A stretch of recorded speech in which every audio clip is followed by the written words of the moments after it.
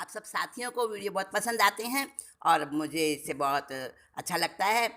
मन मन में नया-नया कुछ आपको बताने की इच्छा जगती है। तो आज मैं लेकर आई हूँ एक ऐसा रहस्य, एक ऐसा सीक्रेट आपके सामने मैं ओपन करूँगी, जिसके लिए बहुत लोगों के मन में होता है, सवाल आता है कि ऐसा क्यों होता है? हाँ, तो वो सीक्रेट है कि सरकारी नौकरी के लिए लोग इतना क्यों मतलब जूझते हैं, इतना क्यों चाहते हैं कि हमें सरकारी नौकरी मिले। कुर्सी मिलते ही मनुज होता माला माल, कैसे ये सब होता है, देखो एक मिसाल। एक आपको ऐसी घटना बताने वाली हूँ मैं। जवाब है वो इस बात का कि सरकारी नौकरी क्यों चाहते हैं सब। ऐसा था, एक बेरोजगार महाशय थे। मतलब उनको काम नहीं मिलता था, नौकरी नहीं लगती थी और वो सोचते थे कि बस मुझे तो करनी है तो सरकारी नौकरी ही करनी है। जैसा आजकल बहुत सारे हमारे यंगस्टर सोचते हैं कि या तो करेंगे अपना बिजनेस या करेंगे सरकारी नौकरी। हाँ, तो ऐसा ही वो भी सोचते थे। बिजनेस तो पैसा नहीं था पास में, कहाँ से करते। तो सरकारी नौकरी मिलने की आस में बैठे थे, कोई दूसरा काम करते नहीं थे। जो उनकी वाइफ थी उसको बड़ा गुस्सा आता था, उसको बड़ा बुरा लगता था। वो रोज़ उनसे झगड़ा करती थी, रोज़ उनको कहती थी भाई कुछ भी काम करो, लेकिन वो कहाँ मानने वाले थे।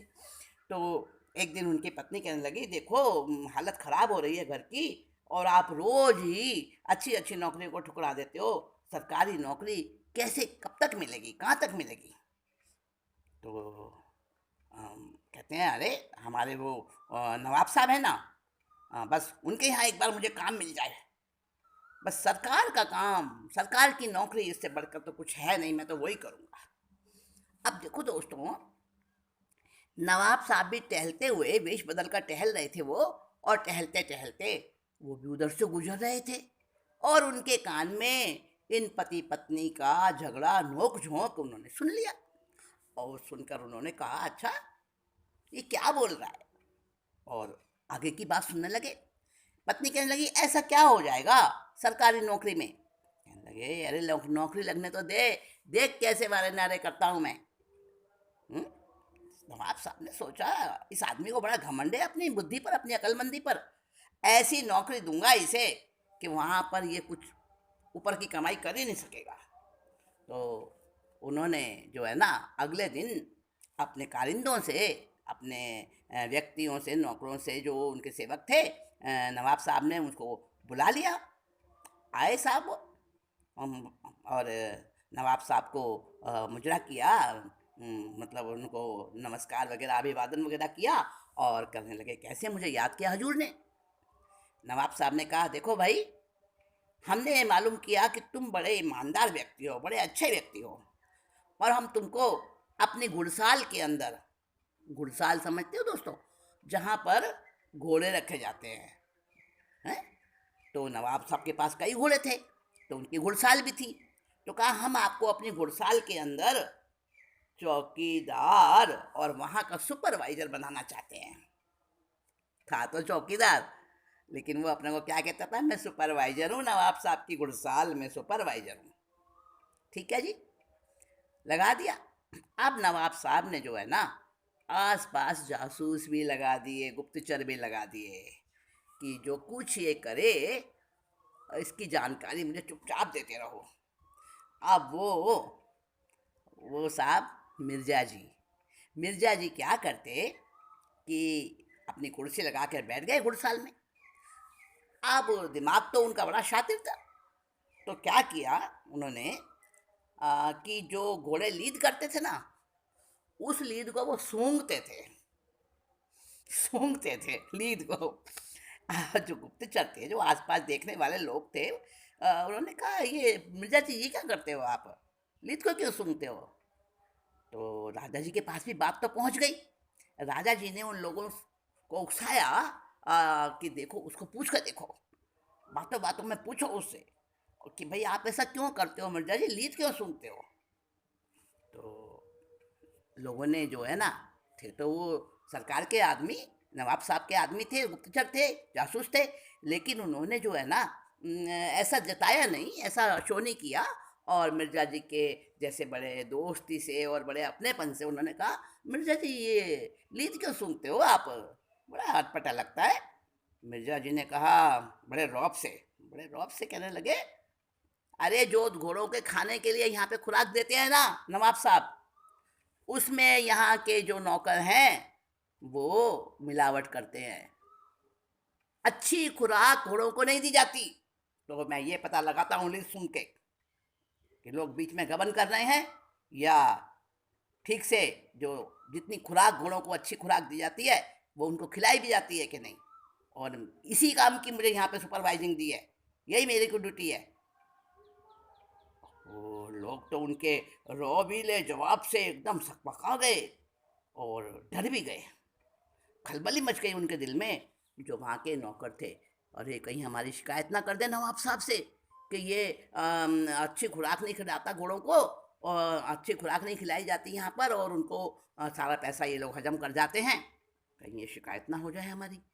तो अब लोग आने लगे उनके पास, उनके घर पहुँचने लगे और उनके छुप छुप के जहाँ भी एकांत में जाके और उनको कहने लगे, देखो मिर्ज़ा साहब ये ले लो, 1000 रुपये रख लो। कोई कहता लो मेरे से ये 5000 रुपये रख लो, मेरा नाम मत लेना, मैं नहीं हूँ किसी गड़बड़ में शामिल। अब जो वहाँ के नौकर थे, जो वहाँ के कार्यकर्ता थे, खूब आराम से उनको पैसे मिलने लगे और वो रोज़ घर जाके अपनी पत्नी को 8-10 हज़ार रुपये रोज़ थमा देते। अब नवाब साहब ने तो निकाल ली सारी बात अपने जासूसों से और अपनी निगरानी से।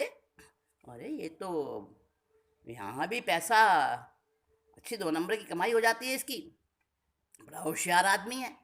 अब इसको ऐसी जगह पे रखूँगा, ऐसी जगह पे इसकी बदली करूँगा कि सवाल ही नहीं, कहीं कुछ कर ही नहीं सके। अब नवाब साहब ने क्या किया, समुद्र के किनारे जहाँ पर जहाज आते जाते थे पानी के, और वहाँ पर कोई नहीं था चारों तरफ, सुनसान समुद्र तट के ऊपर, वहाँ उसकी ड्यूटी लगा दी और कहा आज से तुम यहाँ पर बैठो, बस तुम्हारी ड्यूटी यही है, इतना ही तुम्हारा काम है और कुछ नहीं। नवाब साहब ने तुम्हारी बदली कर दी है, तुम्हारा काम बदल दिया है। कहा कोई बात नहीं।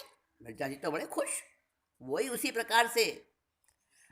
और अब नवाब साहब ने सोचा अब देखता हूँ कहाँ से 2 नंबर का रिश्वत पैसा कहाँ से लेता है ये, अब इसका दिमाग कहाँ चलता है।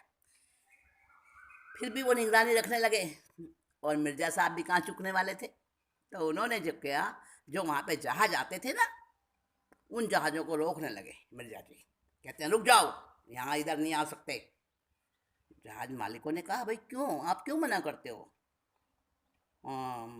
हमारे जहाज़ों को क्यों नहीं इधर से गुजरने देते। तो कहा मुझे नवाब साहब ने यहाँ ड्यूटी दी है। भाई किस बात की, जहाज़ों को रोकने की ड्यूटी है क्या आपकी, यही काम है क्या आपका। नहीं नहीं, ये काम नहीं है मेरा। तो फिर आप हमें क्यों रोकते हो।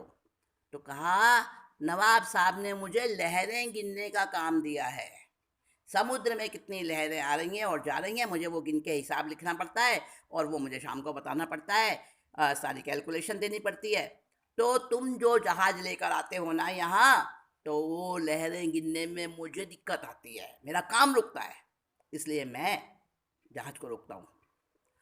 अब जहाज़ के मालिकों का तो काम रुक रहा था, उन्होंने किसी ने 10,000 किसी ने 20,000 उनको चुपचाप पकड़ाने शुरू किए, भाई हमें जाने दो, तुम ये ले लो पैसा।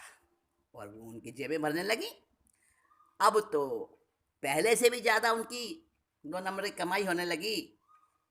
अब नवाब साहब ने लगा लिया पता, जब वो उनके घर के पास में सुनने लगे छिपके। अब वो अपनी पत्नी से कहता देखा 2 दिन में ही मैंने बता दिया, अरे ये ड्यूटी तो पहले ड्यूटी से भी और अच्छी है, इसमें तो और ज़्यादा कमाई है। तभी तो मैं कहता था एक बार मुझे कुर्सी मिलने दे, फिर दिखाता हूँ तुझे, देख 2 दिन में तुझे मालो माल कर दिया ना मैंने। अब नवाब साहब ने सुना तो कहा कहीं भी इसको मैं लगा दूं, किसी भी काम पर लगा दूं, ये तो कुछ ना कुछ तरकीब निकाल ही लेता है ऊपरी कमाई करने की। तो सरकारी नौकरी चीज़ ही ऐसी है दोस्तों कि जहाँ जाकर हर कोई अपनी रोटियां सेकता है। तो इसीलिए सरकारी नौकरी सब चाहते हैं। कैसी लगी कहानी मुझे बताना आप। नमस्कार, चलती हूँ।